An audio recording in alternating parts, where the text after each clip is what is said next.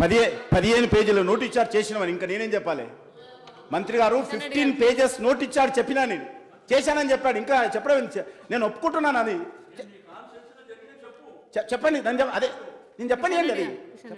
అధ్యక్ష, ఈరోజు రిలయన్స్, టాటా, అదేవిధంగా ఎయిర్టెల్ విపరీతంగా రోడ్డు దువ్వేస్తారు అధ్యక్ష. ఒక బస్సులో దవ్వుతుంటే ప్రజలు అడ్డుకుంటే పోలీసులను పెట్టి ప్రజలను భయపెట్టించి ప్రైవేట్ కంపెనీలు హైదరాబాద్లో రోడ్డు తవ్వాల్సి, మా బస్తీలో రోడ్డు ఇవ్వద్దు అని చెప్పి అంటే అంబర్పేట పోలీస్ స్టేషన్ పరిధిలో పోలీసులను పెట్టి తవ్వించారు అధ్యక్ష.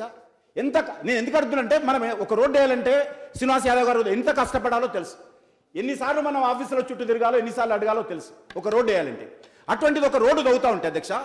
ఇటీవల నేను అధికారుల దృష్టికి తీసుకెళ్లాను, మంత్రి గారి దృష్టికి తీసుకెళ్లాను, ముఖ్యమంత్రి గారి దృష్టికి తీసుకెళ్లాను మీటింగ్లో.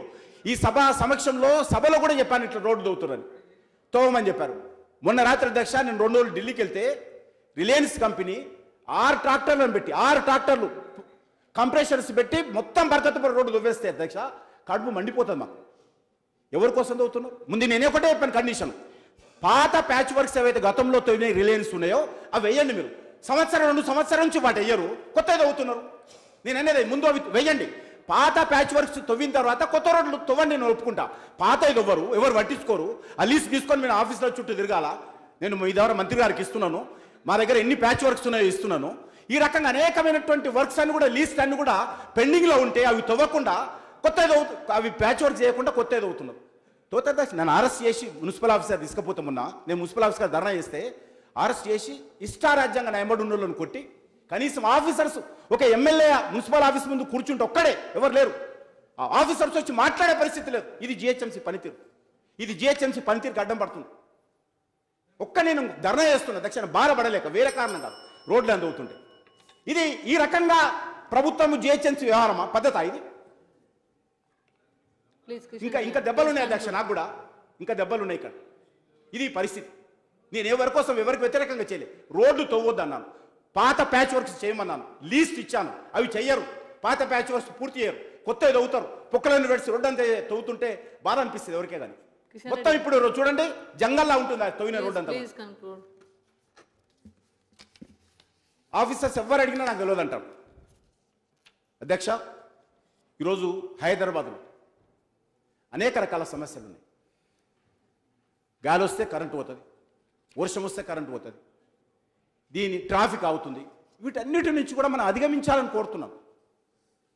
వీటన్నిటిని కూడా మనం అధిగమించాల్సిన అవసరం. మనం ఏదైతే విశ్వనగరం అనుకుంటున్నామో, ఏదైతే ఈరోజు ప్రపంచంలో ఒక మంచి సిటీగా దీన్ని నిర్మాణం చేయాలనుకుంటున్నామో, మేమందరం కూడా సహకరిస్తాం. మా బాధ్యత అది. ప్రజలు మాకు కూడా ఓట్లేశారు, రెస్పాన్సిబిలిటీ. ఎందుకంటే ఈరోజు కాంగ్రెస్ పార్టీ ఉదాహరణకు హైదరాబాద్ సిటీలో ఎవరు లేరు అధ్యక్ష, ఒక ఎమ్మెల్యే కూడా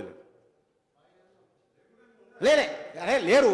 కాబట్టి ఇವರು ఉన్నది మేము బాధ్యత తప్పకుండా మనం అందరం ఉన్నోళ్ళమైనా అందరం కూడా కష్టపడి ఈరోజు హైదరాబాద్ అభివృద్ధి దిశలో తీసుకెళ్లడం కోసం సహకరిస్తాం. కానీ పరిస్థితి ఏ రకంగా ఉందో నేను మీకు విన్నవించాను అధ్యక్ష. ఈరోజు వర్షపు నీటి కాలువలు, ఈరోజు వర్షం వచ్చింది, మంత్రి గారు చెప్పారు. మంత్రి గారు కూడా అడుగుతున్నా నేను, ఈరోజు వర్షపు నీటి కాలువలలో సిల్ట్ తీసే విధానం ఏ రకంగా ఉంది? మేలో సిల్ట్ తీస్తారు అధ్యక్ష, మేలో వర్షం వస్తుంటే వర్షానికి 2 రోజుల ముందు సిల్ట్ తీస్తారు, అంత పోతుంది. ఎవరి డబ్బు అధ్యక్ష? ప్రజల డబ్బు. ఎందుకు దుర్వినియోగం కావాలి? ఈ రోజు ఇప్పుడు ఈ జనవరిలో మొదలు పెట్టండి సిల్ట్ తీసే కార్యక్రమం. 24 రోజులు 365 రోజులు ఎందుకు సిల్ట్ తీయరు? వర్షాకాలంలో ఒక రోజు ముందే తీస్తే ఆ డబ్బులంతా కూడా వర్షంలో కలిసిపోతున్నాయి అధ్యక్ష, కోట్ల రూపాయలు. ఇది అందరికీ తెలుసు, మనం చాలాసార్లు చర్చించుకున్నాం. కానీ ఎక్కడ పరిస్థితి మెరుగుపడడం లేదు. ఎందుకంటే 2.5 సంవత్సరాలు అయింది. ఇవన్నీ కూడా మారాలని కోరుకుంటున్నాను నేను. ఇవన్నీ కూడా మారుతాయేమనుకున్నా కానీ ఏం మార్పు కనిపిస్తలేదు గతంలో ఉన్నటువంటి విధానానికి. అదేవిధంగా అధ్యక్ష, ఈరోజు నిధుల కొరత, జిహెచ్ఎంసీ నిధుల కొరతతో నిద్రపోతా ఉంది. మరి మంత్రి గారేమో చాలా బాగా 21,000 నోట్ ఇచ్చాడు. కానీ ఎప్పుడు జిహెచ్ఎంసీ అడిగినా ఎందుకు చెప్తున్నానంటే అధ్యక్ష, ఇటీవల స్ట్రీట్ లైట్స్ 2 నెలల నుంచి నా కాన్స్టిట్యున్సీలో స్ట్రీట్ లైట్స్ కాలిపోతే నేను ఆఫీసర్ని అడిగితే మెటీరియల్ లేదు. వీధి లైట్లు కాలిపోతే బల్బులు చేంజ్ చేయడం కోసం మెటీరియల్ లేకపోతే 21,000 కోట్లతో ఏ రకంగా ప్లానింగ్ చేసుకుంటాం మనం? అర్థం చేసుకోండి. మెటీరియల్ ఎందుకు ఉండదు? బల్బులు కాలిపోతే బల్బులు తీసుకొచ్చేటువంటి శక్తి మనకు లేదా? తేగలుగుతాం మనం. కానీ ఎక్కడో లోపం ఉంది, ఎక్కడో పొరపాటు జరుగుతుంది. ఆ పొరపాటును సరిదిద్దుకోవాల్సిన అవసరం ఉందని చెప్పి నేను మీ ద్వారా ప్రభుత్వాన్ని కోరుతా ఉన్నాను అధ్యక్ష. అదేవిధంగా అధ్యక్ష, ఈ పైప్ లైన్లో సిల్ట్ తీసేటువంటి విధానం, ఇది కూడా సంస్కరణ మార్పు రావాలి. ఇక హైదరాబాద్ ఎమ్మెల్యేలను ఎవరిని అడుగు, వాళ్ళ గుండె చప్పుడే నేను ఇక్కడ వినిపిస్తున్నాను. హైదరాబాద్ సిటీ ఎమ్మెల్యేల గుండె చప్పుడే నేను వినిపిస్తున్నాను తప్ప ఇవి ఆరోపణలుగా తీసుకోవద్దని కోరుతున్నాను అధ్యక్ష. ఎలక్షన్స్ ముందు ప్రాపర్టీ ట్యాక్స్ 1200 లోపుని తగ్గిస్తా ఉన్నారు. ఇప్పుడు అధ్యక్ష, ప్రాపర్టీ ట్యాక్స్ 1200 దాటిన వాళ్ళందరిది కూడా రేషన్ కార్డ్స్ తీసేస్తున్నారు. అందరికి తెలుసు, రేషన్ కార్డ్స్ తీసేస్తున్నారు. ఎందుకంటే నువ్వు 1200కి ఎక్కువ ట్యాక్స్ కడుతున్నావు కాబట్టి నీ ఇల్లు పెద్దదని. ఒకసారి ఎన్నికలకు ముందేమో ట్యాక్స్ తగ్గించారు, ఇప్పుడేమో ట్యాక్స్ కట్టారని చెప్పి ఈరోజు వాళ్ళ యొక్క రేషన్ కార్డు తొలగిస్తున్నారు.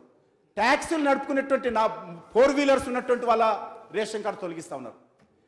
ఎవరైనా చిన్న చిన్న కాంట్రాక్టర్స్, చిన్న చిన్న వ్యక్తులు ఎవరి ఇండ్ల మీదనైతే మరి ఈరోజు ఈ యొక్క ట్రేడ్ లైసెన్స్ తీసుకుంటారో ఆ ట్రేడ్ లైసెన్స్ ఉన్నటువంటి ఇండ్ల మీద కమర్షియల్ ట్యాక్స్ వేస్తున్నారు. ఆ ఇల్లు కమర్షియలా కాదా తెలియదు, ఆ ఇంటి అడ్రస్ ఇచ్చినంత మాత్రాన. ఈ రకంగా అనేక విషయాలలో ఈ యొక్క సుమారు అధ్యక్ష చాలా రేషన్ కార్డ్స్ పైన జిహెచ్ఎంసీ కారణంగా, జిహెచ్ఎంసీ లీడ్స్ పంపిన కారణంగా అది మంత్రులకు తెలుసు. కాబట్టి ఆ రేషన్ కార్డ్స్ అన్ని కూడా పునరుద్ధరించాల్సిందిగా మీ ద్వారా నేను కోరుతా ఉన్నాను అధ్యక్ష.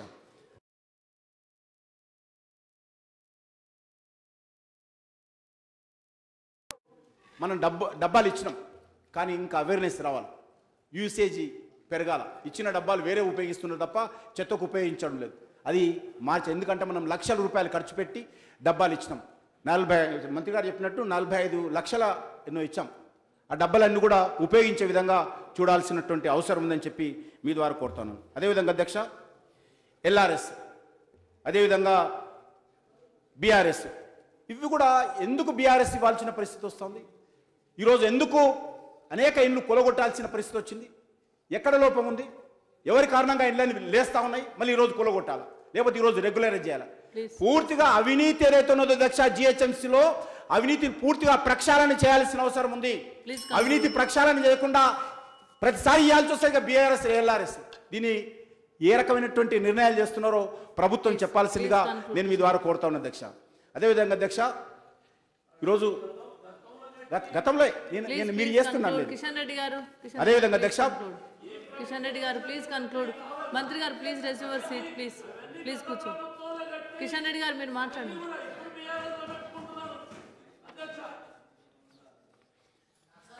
విద్యుత్ అధ్యక్ష, కిషన్ రెడ్డి గారు పూర్తి చేయండి. ప్రాపర్టీ ట్యాక్స్ కట్టలేని వాళ్ళకు ఎలక్ట్రిసిటీ కనెక్షన్ కూడా తీసేస్తున్నటువంటి పరిస్థితి. ఇవన్నీ కూడా చూడాల్సినట్టు కోరుతా ఉన్నాను అధ్యక్ష.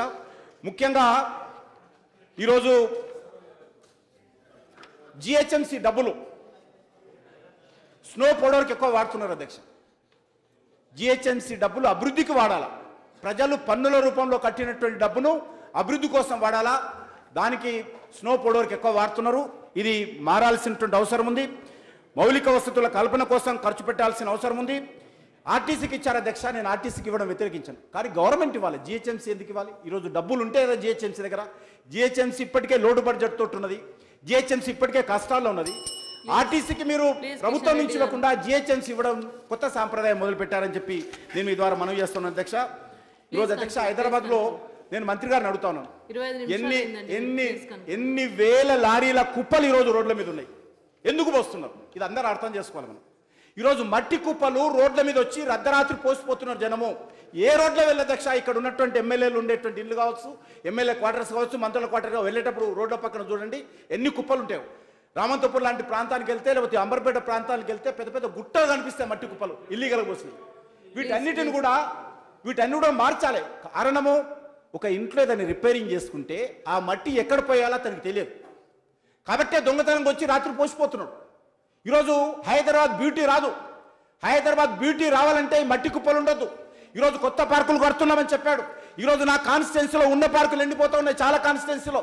మీరు హైదరాబాద్ అంటే హైటెక్ సిటీ కాదు, హైదరాబాద్ అంటే మలక్పేట, హైదరాబాద్ అంటే మషూరాబాదు, హైదరాబాద్ అంటే మన ఓల్డ్ సిటీ, హైదరాబాద్ అంటే అంబర్పేట. ఇది ఈ రోజు మీరు గుర్తుపెట్టుకోవాలి. హైదరాబాద్ అంటే ఐటీ సిటీ అనుకుంటున్నారు, ఈరోజు కొత్త పార్కులు కడతామంటున్నారు. ఉన్న పార్కులు ఎండిపోతున్నాయి అధ్యక్ష. ఎంతో కష్టపడి పెంచినటువంటి పార్కులు ఈరోజు జిహెచ్ఎంసీ యొక్క వైఫల్యం కారణంగా, చేతగానితనం కారణంగా పార్కులు ఎండిపోతున్నటువంటి పరిస్థితి ఉన్నది. ఇది మార్పు రావాల్సిన అవసరం ఉంది. ఈ పార్కులు నేను చూపిస్తాను. ఈరోజు మంత్రి గారు వస్తే ఎండిపోయిన పార్కులు ఈరోజు స్వచ్ఛంగా చూపిస్తాను. ఎందుకు ఎండిపోవాల్సి వచ్చింది? ఇది ఇప్పుడు వర్షాకాలం నిన్నమని అయిపోయింది, ఇప్పుడు నీళ్ళ ప్రాబ్లం లేదు, కానీ పార్కులు ఎండిపోతున్నాయి. ఇది పరిస్థితి ఈరోజు. ఎందుకో అకౌంటబిలిటీ లేదు, జవాబుదారం లేదు. మంత్రి గారు ఫస్ట్ పేజీలో చెప్పినటువంటి ఆచరణ ఈరోజు జిహెచ్ఎంసీలో లేదనే విషయాన్ని నేను ఈ సందర్భంగా మనం చేస్తున్నాను అధ్యక్ష. అధ్యక్ష, ఈరోజు మెట్రో ట్రైను ఎందుకు ఆలస్యమైంది? మెట్రో ట్రైను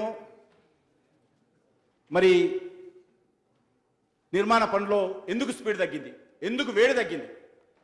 ఫస్ట్ మీటింగ్లో ముఖ్యమంత్రి గారు ఆ రోజు మెట్రో ట్రైను జరుగుతున్నంత స్పీడు ప్రపంచంలో ఏ మెట్రో ట్రైన్ నిర్మాణంలో కూడా జరగలేదని చెప్పాను. నేను చాలా సంతోషపడ్డాను.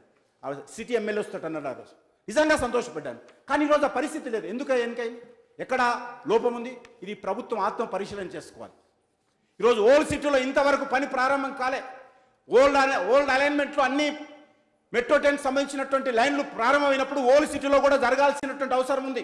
ఓల్డ్ సిటీలో ఓల్డ్ లైన్ ప్రకారము ఏదైతే మీరు అన్ని లైన్లు ఓల్డ్ లైన్లో తీసుకుంటున్నావు, ఓల్డ్ అలైన్మెంట్లో తీసుకుంటున్నప్పుడు ఓల్డ్ సిటీలో కూడా ఇంతవరకు ఒక గడపార పెట్టలేదు. మెట్రోలకు సంబంధించి ఒక పిల్లర్ కూడా వేయలేదు అధ్యక్ష. ఓల్డ్ సిటీ ప్రజలేం పాపం చేసుకోలేదు. గౌరవ మంత్రి గారు, స్థానిక ఎమ్మెల్యేలు వ్యతిరేకిస్తున్నారు. మరి మీరు స్థానిక ఎమ్మెల్యేలు వ్యతిరేకించినప్పుడు ప్రభుత్వం ఏం చేయాలా? అక్కడి నుంచి తీసుకుపోవద్దని చెప్పి స్థానిక ఎమ్మెల్యేలు చెప్తున్నారు. కిషన్ రెడ్డి గారు, గౌరవ సభ్యులు కిషన్ రెడ్డి గారు, మీరు మాట్లాడండి. కిషన్ రెడ్డి గారు మీరు మాట్లాడండి. Please resume seat. Please Balala Saab, please resume seat. Please మీకు అవకాశం వచ్చినప్పుడు చెప్పండి. మీకు అవకాశం వచ్చినప్పుడు చెప్పండి. మీకు మైక్ ఇస్తాను చెప్పండి. దీని తర్వాత మీకు మైక్ ఇస్తాను చెప్పండి. కిషన్ రెడ్డి గారు మీరు మాట్లాడండి. మీకు మైక్ ఇస్తాను. మీకు అవకాశం వచ్చినప్పుడు మీకు మైక్ ఇస్తాను, అప్పుడు మాట్లాడండి. అధ్యక్ష, కిషన్ జిహెచ్ఎంసీలో ప్లీజ్ కన్క్లూడ్. కిషన్ రెడ్డి గారు ప్లీజ్ కన్క్లూడ్. అధ్యక్ష, మీరు పూర్తి చేయండి. మినిస్టర్ గారు మీరు కూర్చోండి. కిషన్ రెడ్డి గారు మీరు మాట్లాడండి. Please conclude. మినిస్టర్ గారు మీరు కూర్చోండి. మినిస్టర్ గారు. కిషన్ రెడ్డి గారు మీరు మాట్లాడండి. కిషన్ రెడ్డి గారు మీరు మాట్లాడండి.